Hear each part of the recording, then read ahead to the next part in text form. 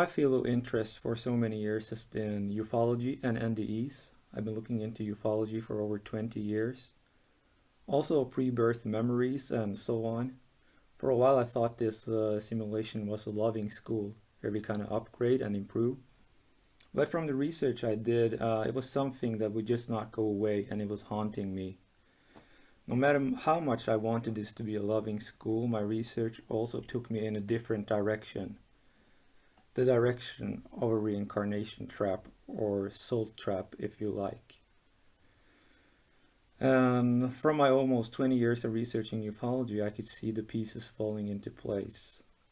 It was a connection. Looking into pre-birth memories, some people remember choosing their parents, but some also remember something not so good. If we are all brave pioneers who voluntarily sign up to come here, like some people think, why does it have to be manipulation, seduction, deception, and maybe even force to make us come here? I look at the pre-birth memory here. Well, the pre-birth memory goes something like this. I remember before I was born, first not having a consciousness and being a bodiless entity in a dark, warm place, and then having an emerging consciousness that was warm and happy in this dark, warm place, and then being telepathically told by a tall, thin being in robes, my guide, it is time for you to go now. And then being very sad because I did not want to go to Earth. But it was more like I was being made to walk the plank against my will. And I was so sad that I had to come to this Earth, and I have basically been sad a lot of the time I have been here. I have always had a dream of my life because my remembrance so strongly of not wanting to incarnate here. And for me, it has been a struggle. So this is the kind of stuff we will be going more into, and this is a conversation, and we should have actually, and we should raise some questions when it comes to this.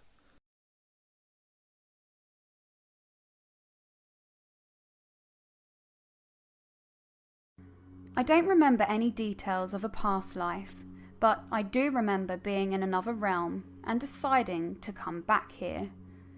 I saw the opportunity to be born as the person I am now, and I wanted to be born because I felt sorry for someone here, probably my mother. I remember thinking that I could help her and that I was strong enough to survive another life here. I wasn't forced to come back. I could have stayed where I was as long as I wanted to. The being I was talking to wanted me to wait and come back here at a later time. Other beings said that I might not survive, that I might not be able to return to that other realm after being born here. They told me that I might be destroyed or get lost. I told him that I knew I hadn't done well the last time I was on Earth, but that I was stronger and had learnt much in the time since then. It had been a long time since my last life, and I was sure I could handle a new one. Despite their misgivings, I was allowed to come back. I remember telling my cousin about all of this when I was 3, but my mother thought I was telling stories. I never mentioned it to her again. I was brought up to be an atheist, and I still am an atheist because there was no sense of a God in my memory of that other realm. Although there was an authority structure, we were all the same types of beings. I was brought up to think philosophically, but not spiritually. And yet this memory, which does not fit into anything I was ever taught, has always been with me. There are just a few things about this other realm that I remember strongly. There was no colour. It wasn't white or black. Colour just wasn't a factor. Also, I was female, and these other people were male. It seemed strange to me that in that place there were distinctions between male and female entities. We didn't have bodies. I can't make sense of that, even now. I remember referring to the fact that I had lived as a human before, but I do not remember any of my past lives, except that once as a young child I remember seeing a bird and thinking, I liked being a bird. I felt nostalgia. I remember being born. I was 6 weeks early. I remember thinking, in English, in a jolt of panic, "It's happening, something's gone wrong, I made a mistake." I remembered the warning I'd been given not to come back, and I was afraid that I'd overestimated my ability to survive here. I was determined not to fail so soon, and I pushed myself to get out. I think that without that memory to spur me on and that feeling that I had something to prove, I would have died during birth. I have other memories from when I was a young baby of being so small that all I could do was cry for my mother to come and change me or be with me. I remember thinking, "Where's that lady? I want that lady to come. I like her."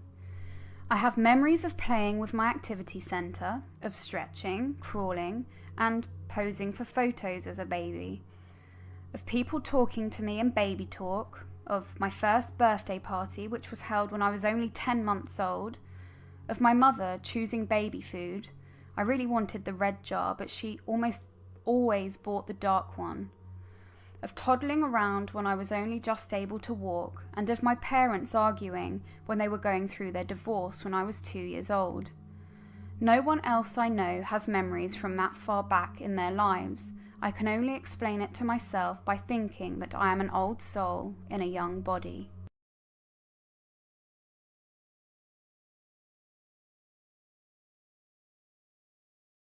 So when the call came from planet Earth for volunteers to step down into human bodies, I was in between Arcturian incarnations, at home in the non-physical realm, at a position referred to by some as the ninth dimension or the ninth density awareness.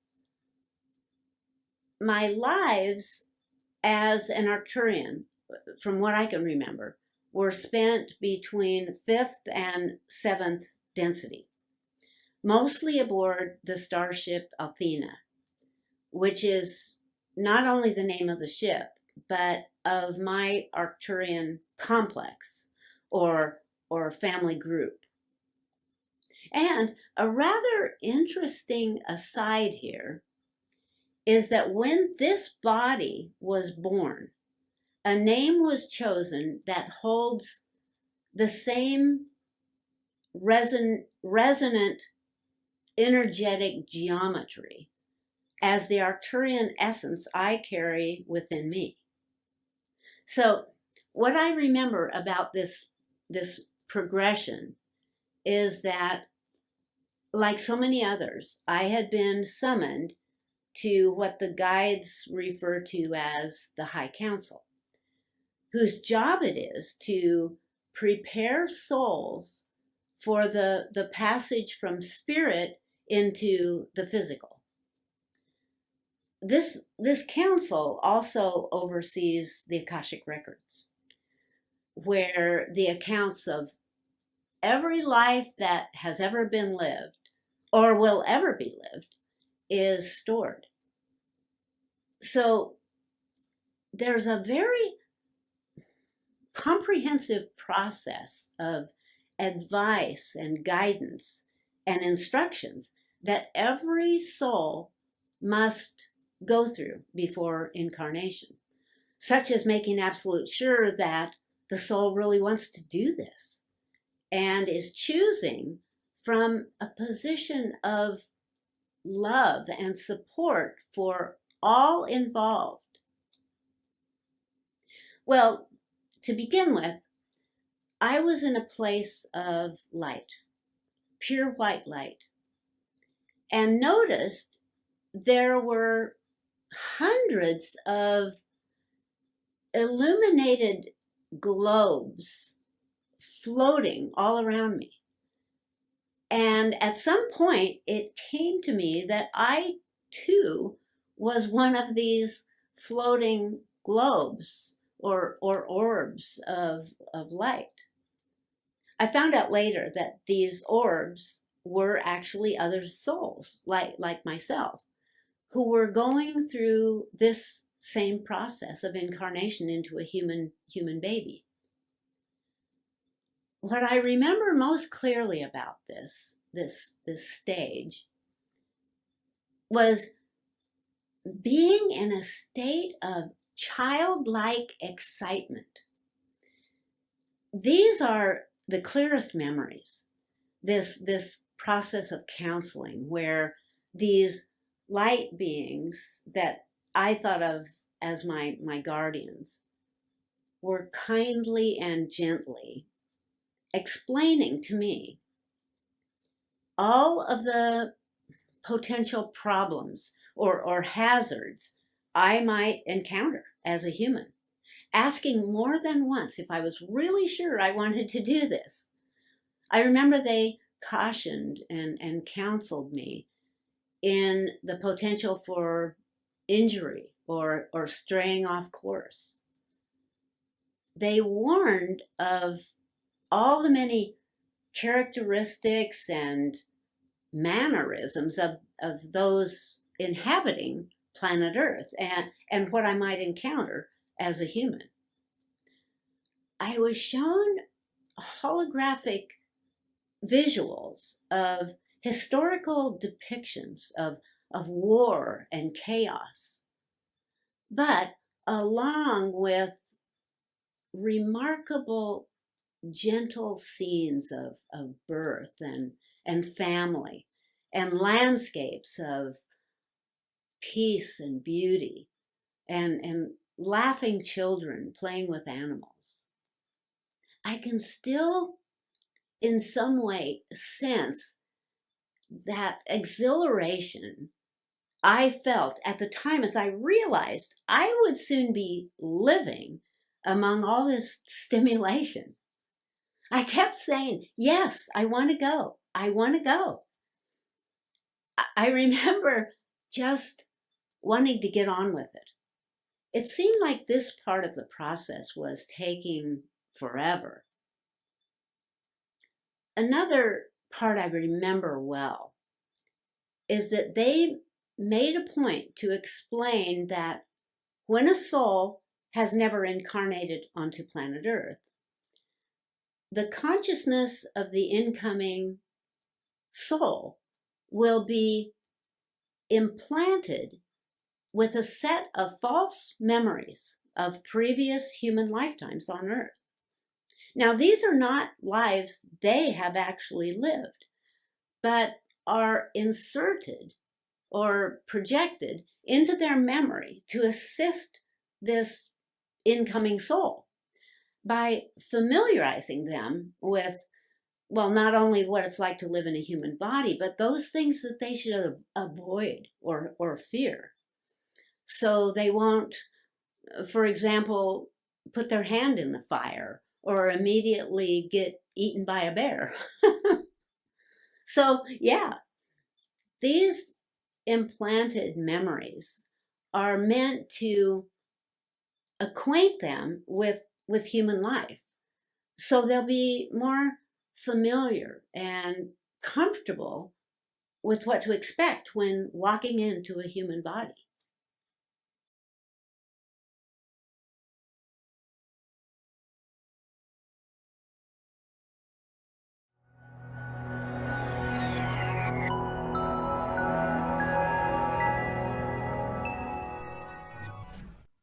First of all, I want to say that I'm not here to promote reincarnation trap or soul trap. I'm just seeking the truth, and I don't want to scare anyone or anything like that. But I've been looking at NDEs, near-death experiences, for years and years, and it's very much the same thing that goes on, just a little bit different variations, I guess. You see the light usually, and you have a life review, and you see the bad things you've done and you see the good things you've done. But you should feel some guilt about the things you could have done better. And you usually often are greeted by a light being or Jesus, very often Jesus, or a family member that's passed away long ago. But we have to keep in mind that there are many other stories that are a little bit different. Some go a little bit further, and things are not quite as they seem. And we have to be open for the fact that these beings that we see, or Jesus, or a past family member, or this light being, they could be tricksters in disguise. This could be some Archons, or whatever, reptilians, Greys, whatever it is that's there. Anyway, it seems pretty obvious that most people are going back into reincarnation, and we just have to keep an open mind that the people we see when we die in the light, they might not be who we think they are. They could be tricksters in disguise, and we should ask them to show us their true form, or who they really are. And no one should we could be tricked by the light, as some say, and we should stay away from light altogether. I seriously advise people to check out Howdy Mikoski and his book Exit the Cave. It's really good. Anyway, be open for the fact and do some research for yourself. Pre-birth memories and NDEs and all that. I mean, people are pushed back from NDEs. Obviously, they wouldn't have been here otherwise. But yeah, they don't really have much control, and they're going to fulfill a soul contract. I will just look at some random NDEs, near-death experiences, that I saw the other day. And a woman crossed over into the light, and she met Jesus. And she said, "I'm not going back to that place." And Jesus said to her that it was your decision, he said with a smile. And she said, "I don't care. It's no way I'm going back there." And Jesus said, "But you endured it." And she says, "I'm not going back no matter what."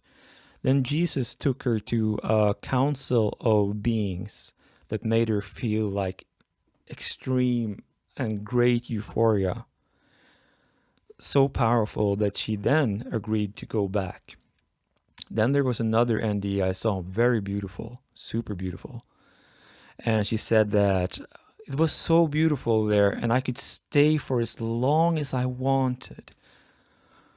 But suddenly I started feeling a pull. And an angel told me I had to go back to fulfill a soul contract. And it was still that soul contract that still had karma. So I guess you couldn't stay for as long as you wanted anyway, because you started to feel that pull. So we have to ask ourselves, could these beings that we see be tricksters? Could this be deception